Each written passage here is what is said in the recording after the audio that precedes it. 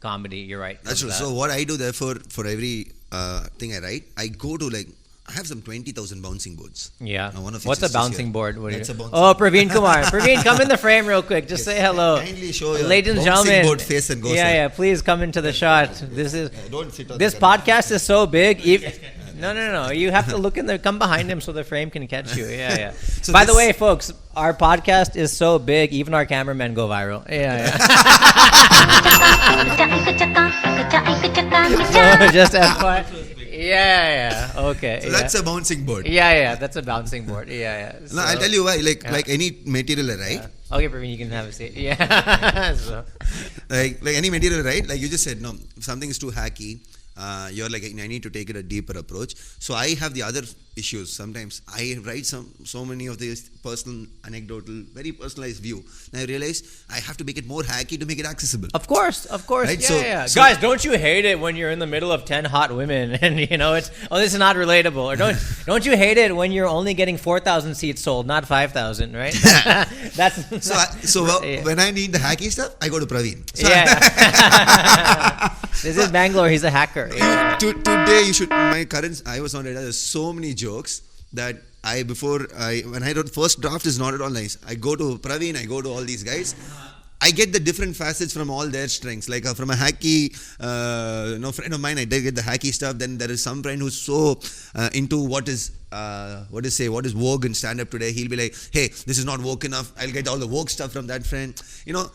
These bouncing boards kind of help me get this rounded approach to my acts. Therefore, you will not get the feeling of it's one particular style that's just being coming through, which I feel is very common these days.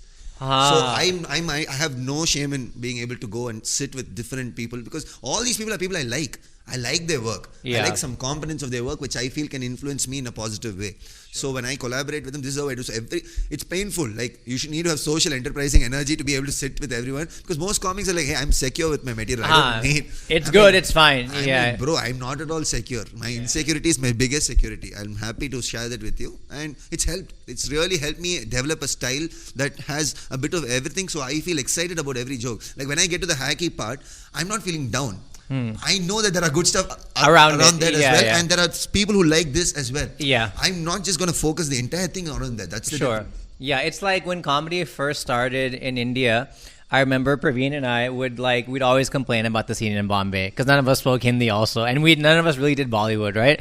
And we would be like, dude, this guy is doing a joke about Mars or Jupiter, and audience is like, laughing, whatever. Then he's like, Pluto's not really a planet. Audience is still not really laughing. Then he's like, Pluto is like the Tushar Kapoor of the solar system. And then like, oh, kya joke maar diya yaar. Like whatever.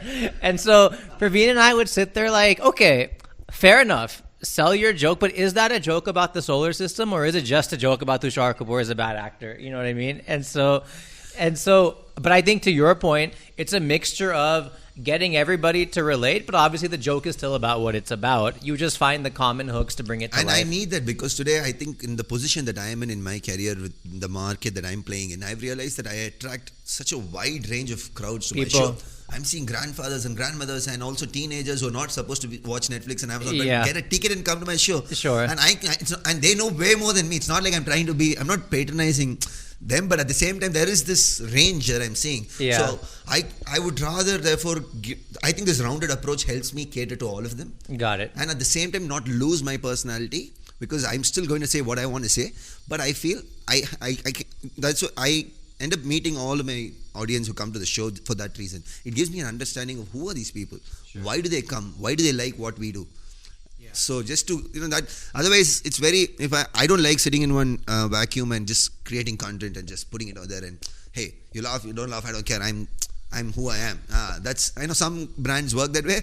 I'm like, hey bro, we are in this together. Yeah. So let me feed off your energy, let me feed off your data, so I'll still give you what I like, but let's bridge the gap together. So when that brings me to a question that's been on my mind, because in the last 9 years now, a lot of my friends, your friends, a lot of comedians we know, both in India and outside of India, have had a lot of career success. And not that the person has changed, but the attitude towards comedy has changed. Whereas earlier I'd be like, hey, like I had that funny blowjob joke, go share it, and now somebody with 100,000 fans is like, no, I don't want to touch that right now, even though we were cracking the same joke. So, are you more? Okay, how do I ask this properly? Are you more insecure at your career at the top than you were at the bottom? Like, there's this common saying that it's what's harder than getting to the top is staying there, right? And whether it's you or Veer or Jivo or Katri or whoever, are you more on your toes now that you kind of have this big fan base than you were when you were starting trying to get there? Or are you kind of the same? Because you yourself have said, like, I'm worried about shit if he's going to take it wrong, or how do I get the Dadi Ma to laugh and stuff. So do you feel it's harder now to write an hour than it was before? Yeah, it definitely is harder now. But to answer your question, I think I'm the same, but it's not like how you think. I've always been this insecure about things. Okay. So I'll be more insecure. Okay. But I've always had some hope that out of this approach, this persona that I bring in, there can be some good that can come out of it, which is the shows that have happened. Now that, imagine with a fan base now, it inspires more confidence as well. Sure. So your vulnerabilities amplify as well as your strengths. So if you have this self-awareness that you are both, and therefore you do have found a process to be able to work around this, that is what it is, right? I don't see any big change that completely shakes up the system. It is just more food on the plate.